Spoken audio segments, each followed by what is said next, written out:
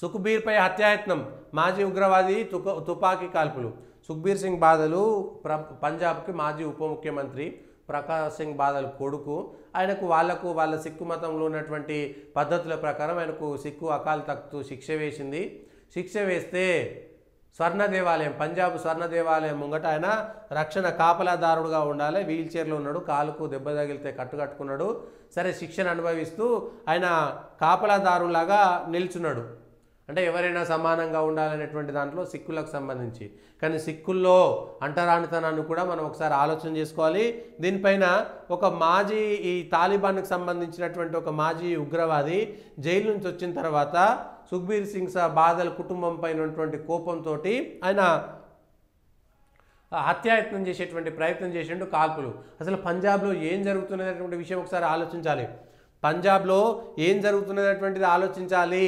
పంజాబ్లో ఆమ్ ఆద్మీ పార్టీ వచ్చిన తర్వాత జరుగుతున్నదా, అంతకు ముందే ఉన్నదా, లేకపోతే ఇది తాలిబాన్ లేకపోతే ఇది అకాలీదళకు సంబంధించినటువంటి అంశం మాత్రమే కాదు, ఖలిస్తాన్కి సంబంధించినటువంటి ఊపు ఎప్పటి నుంచి వచ్చింది, ఇందిరాగాంధీ మొదలుపెట్టింది ఇప్పటికీ పోలేదా?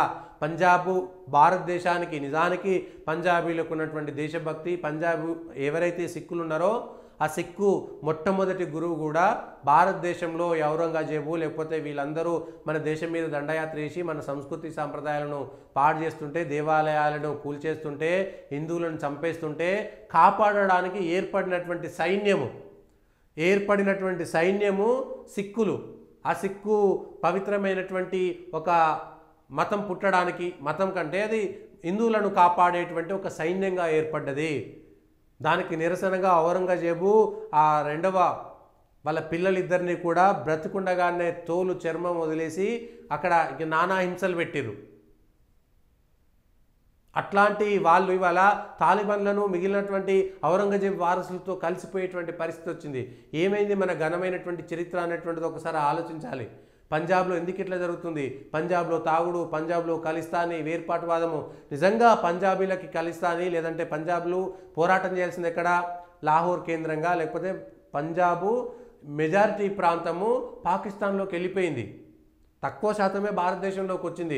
ఆ ఏదైతే పవిత్రమైనటువంటి మొట్టమొదటి సిక్కు గురువు ఉన్నటువంటి ప్రదేశాన్ని పాకిస్తాన్కి కోల్పోయినటువంటి సందర్భంలో అక్కడ ప్రత్యేకమైనటువంటి ఖలిస్తాన్ దేశం కోసం నిజంగా సిక్కులు పోరాటం చేస్తే దానికి అర్థం ఉన్నది. కానీ భారతదేశంలో ఉన్నటువంటి పంజాబ్ని ప్రత్యేక దేశం చేయాలనేటువంటిది ఇవి ఐఎస్ఐ ఉగ్రవాదులు లేకపోతే విదేశీ శక్తులంతా కూడా కొంత వీళ్ళని రెచ్చగొట్టేటువంటి ప్రయత్నము, ఇందిరాగాంధీ హయాంలో జరిగినటువంటి కారణాల చేత వాళ్ళందరినీ రెచ్చగొడుతున్నారు. ఇప్పటికీ 30-40 సంవత్సరాల నుంచి దాన్ని ఎప్పటికప్పుడు రావణ కాష్టంలో రగిలిస్తున్నారు. ఆ కోపం ఉన్నటువంటి వాళ్ళందరినీ రెచ్చగొట్టేటువంటి ప్రయత్నం. నిజంగా సిక్కులు పోరాటం చేస్తే పంజాబ్లో ఉన్నటువంటి పవిత్రమైనటువంటి సిక్కుల భూభాగాన్నంతా కూడా భారతదేశంలోకో ప్రత్యేక దేశంలాగా ఉండేలాగా ప్రయత్నం చేయాలి తప్ప భారతదేశం నుంచి విడిపోవాలనుకునేటువంటి వాళ్ళు 2%, 1% కూడా లేరు సిక్కుల్లో. కానీ మీడియా అంతా దాంట్లోనే రావాల్సినటువంటి పరిస్థితి వస్తుంది. కాబట్టి ఒక్కసారి మనం ఈ దేశంలో ఎక్కడున్నాము, ఎట్లుంటున్నాము అనేటువంటి దాంట్లో ఖలిస్తానీ ఉద్యమాన్ని వ్యతిరేకిస్తున్నందుకే